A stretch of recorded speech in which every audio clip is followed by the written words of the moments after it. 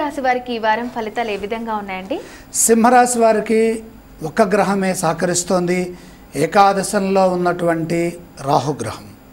ఆచితూచి అడుగు వేయాలి, ఆలోచించి మాట్లాడాలి. ఏ పని ఎప్పుడు చేయాలి, ఆ పని యొక్క ప్రాధాన్యత ఏమిటి అనేది చూసుకోవాలి. ప్రధానంగా విద్యాపరంగా చూసినట్లయితే అనేక విఘ్నాలు గోచరిస్తున్నాయి. విద్యార్థులకి పరీక్షాకాలంగా ఉంటుంది. ఉద్యోగ వ్యాపారస్తులకు కూడా సంకట స్థితి కొంతవరకు కనపడుతుంది. వీటన్నిటిని అధిగమించాలంటే ప్రతి పనిలోనూ ఆలోచన అవసరం. ప్రతి పని ఆలోచిస్తే ఉత్తమ ఫలితం వస్తుంది. ఆర్థికంగా నష్టం ఉన్నది. అనాలోచిత నిర్ణయము, అనాలోచితంగా మాట్లాడటము అసలు చేయరాదు.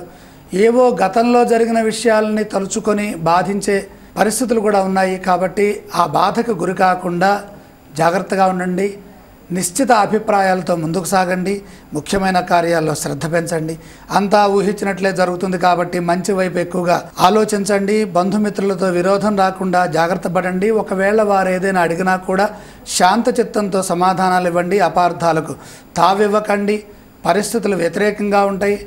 చంచల స్వభావం ఎక్కువగా కనపడుతోంది. స్పష్టమైన భావజాలంతో ముందుకు సాగండి. ఉద్యోగ వ్యాపారాల్లో ఇబ్బందులు ఉన్నాయి. ఉపద్రవాల నుండి బయటపడేటటువంటి అవకాశం కూడా వారం మధ్యలో లేకపోలేదు. ఏకాగ్ర చిత్తంతో వ్యవహరిస్తే సమస్యలు తొలగిపోతాయి. మనస్సుకు శాంతి లభిస్తుంది.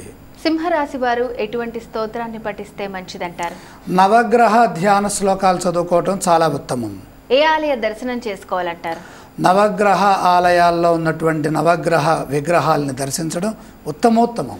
ఏ విధానం చేస్తే శుభ ఫలితాలు పొందుతారంటారు? నవధాన్యం దానం చేయండి, లేదా అగ్నిహోత్రంలో నవధాన్యం సమర్పించి నమస్కారం చేసుకోండి.